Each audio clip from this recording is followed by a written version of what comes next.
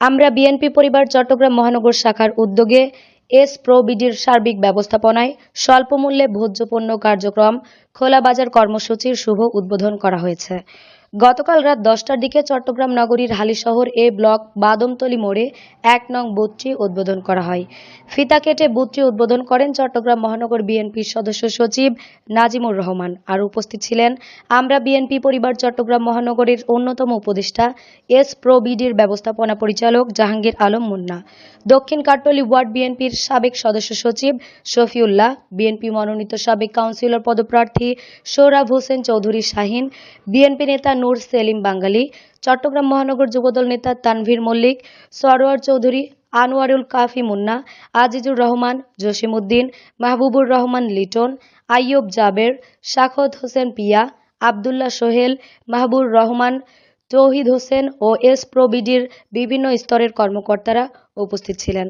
উক্ত উদ্বোধনী অনুষ্ঠানে নগর বিএনপি নেতা নাজিমুর রহমান বলেন, যে আমাদের সহকর্মীরা এই উদ্যোগটা নিয়েছে, যারা খেটে খাওয়া সাধারণ মানুষ, যারা হয়তোবা সামর্থ্য কম, তাদের জন্য এই উদ্যোগটা অবশ্যই প্রশংসনীয়। যারা উদ্যোগটা নিয়েছে আমি তাদের প্রতি আমার ধন্যবাদ এবং ভালোবাসা রইল, তাদের প্রতি আমি কৃতজ্ঞতা প্রকাশ করছি। আমি বলবো আমরা যারা সমাজের যারা বিত্তবান আছে অথবা যারা সোশ্যাল ওয়ার্ক, মানুষের সাথে যাদের সম্পর্ক আছে, ওরা সম্মিলিতভাবে যদি সবাই মিলে, যদি একজনের পক্ষে হয়তো বা সম্ভব না, সবাই মিলে কয়েকজন মিলে যদি এই কাজগুলো করে, তাহলে আমাদের দেশের সাধারণ মানুষ যারা হয়তোবা তাদের দুর্বল, তারা উপকৃত হবে। এটা আমরা মনে করি এটা বিএনপির জন্য একটি, আমাদের দলের নেতাকর্মীরা যে উদ্যোগটা নিয়েছে, আমি মনে করি সমাজের বিত্তবানরা এই ক্ষেত্রে এগিয়ে আসার প্রয়োজন আছে বলে আমি মনে করি।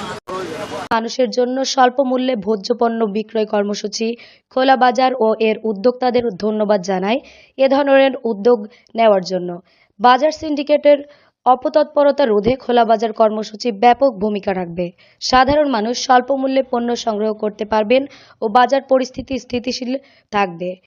এস-প্রো-বিডির ব্যবস্থাপনা পরিচালক ও বিএনপি নেতা জাহাঙ্গীর আলম মুন্না বলেন, ঈদের পরেও খোলা বাজার কর্মসূচি অব্যাহত থাকবে। পর্যায়ক্রমে থানা ভিত্তিক কার্যক্রম সম্প্রসারিত হবে। তিনি সবার সহযোগিতা কামনা করেন। এই কার্যক্রমটা, এই খোলা বাজার কর্মসূচিটা আমরা শুরু করছি এবং এটাকে আমরা কন্টিনিউ করব। আর যতটুকু আমাদের বুথ থেকে দেওয়া লাগে আমরা ইনশাল্লাহ দিব। তারপরে আমরা বাজার সিন্ডিকেটটাকে আমরা ভাঙতে চাই, এটা আমাদের অঙ্গীকার। বাজার সিন্ডিকেট যাতে না থাকে আর দ্রব্যমূল্য যাতে মানুষের ক্রয় ক্ষমতার ভিতরে থাকে, এই জিনিসটা আমরা সবসময় আমরা এটা চেষ্টা করবো। যে বিত্তশালী মানুষকে তারা যেন আমাদেরকে দেখে তারা এই কাজে আগিয়ে আসে। এবং সত্যি কথা বলতে গেলে কি, আমাদের দেশটা তো একটা খারাপ বিরাজমান করেছিল, আপনারা জানেন। আমরা তাহলে পারবো না, ওরা অনেক আমাদের যেটুকু প্রয়াস, আমাদের পয়সা, আমাদের চেষ্টা যদি আমি প্রজন্মে আমরা চাউল, ডাউল, আটা, ময়দা যা কিছু আছে, মাংস, সবকিছু ইনশাল্লাহ আমরা ওদের সক্ষম। এর বিরুদ্ধে একটা উদ্যোগ নেওয়া হলো এর জাতীয় দলের পক্ষ থেকে। আসলে এটা খুবই একটা উপকারী এবং প্রয়োজনীয় উদ্যোগ।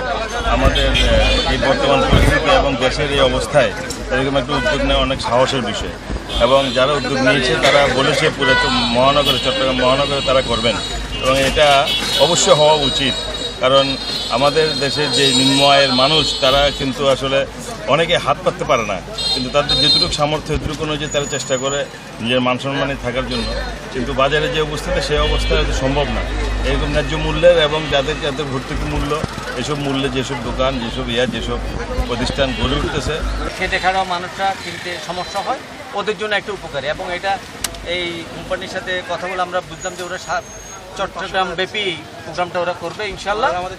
আমরা চিন্তা ভাবনা আছে ওনাদের, আমরা এই প্রোগ্রামকে আমরা সাধুবাদ জানাচ্ছি এবং অন্তঃস্থল থেকে ওনাদেরকে ধন্যবাদ জানাই।